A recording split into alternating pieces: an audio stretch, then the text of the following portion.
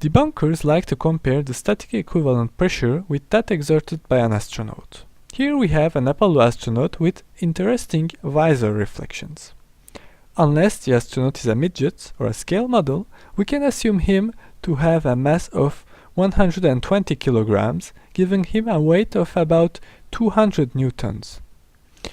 He might even stand on his legs for a few hours before vomiting in his helmet and dying of radiation sickness, but let's not spoil the next episode. With a foot area of 600 square centimeters, we get a pressure value of 3.3 kilopascals under the feet of our astronaut. Well, that value is about half the equivalent static pressure exerted by the lunar module descent engine in the final seconds.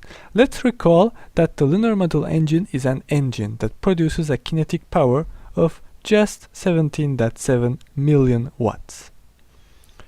But then what's the power of an astronaut? Astronauts walk by hopping like little white bunnies on the lunar surface.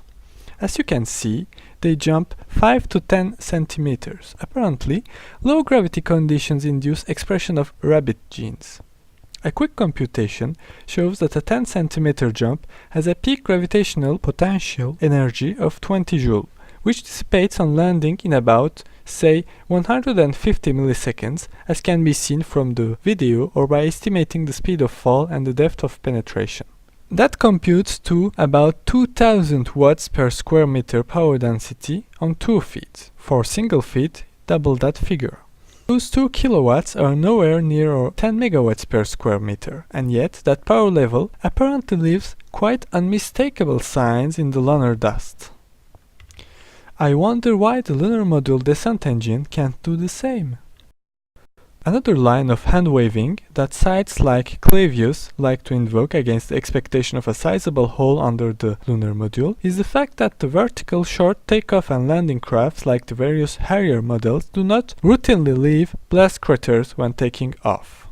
One problem is that these planes take off from ships and tarmacs and not from dust-covered soil. Then, these planes do not use rocket engines but turbojets. They therefore expel hot air at exit velocities near 150 meters per second.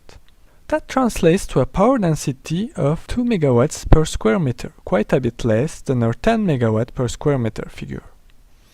Also, they operate in air, which will severely slow down the jet until it hits the ground.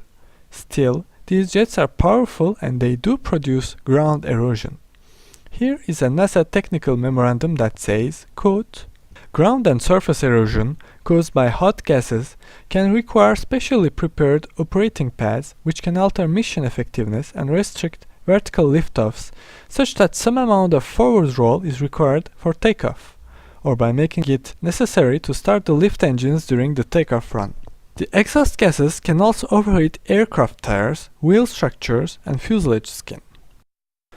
Finally, the atmospheric wind speed having the same power density as the exhaust jet of the lunar module is 255 meters per second. That's 920 kilometers per hour or 575 miles per hour. I hope this quantifiable justification for our belief in a missing landing crater will satisfy Mr. Clavius.